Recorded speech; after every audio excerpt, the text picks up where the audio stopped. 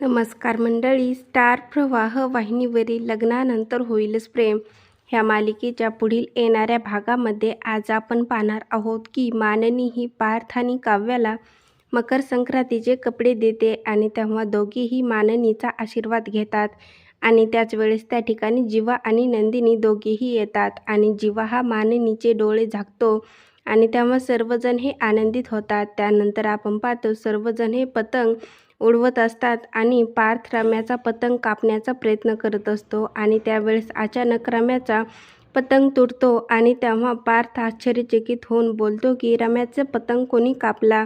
आणि तेव्हा त्या ठिकाणी काव्या आलेली असते आणि काव्या बोलते मी कापला.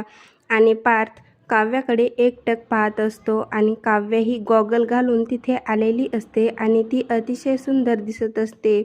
तेव्हा काव्या पार्थला बोलते चला आता आपण दोघे मिळून एकत्र पतंग उडवूया.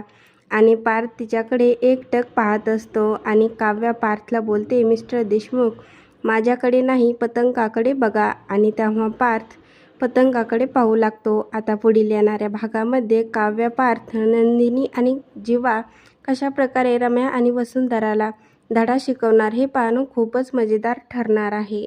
लग्नानंतर होईलच प्रेम ह्या मालिकेचे नवनवीन अपडेट पाहण्यासाठी आपल्या चॅनलला लाईक करा, शेअर करा आणि सबस्क्राईब करायला विसरू नका.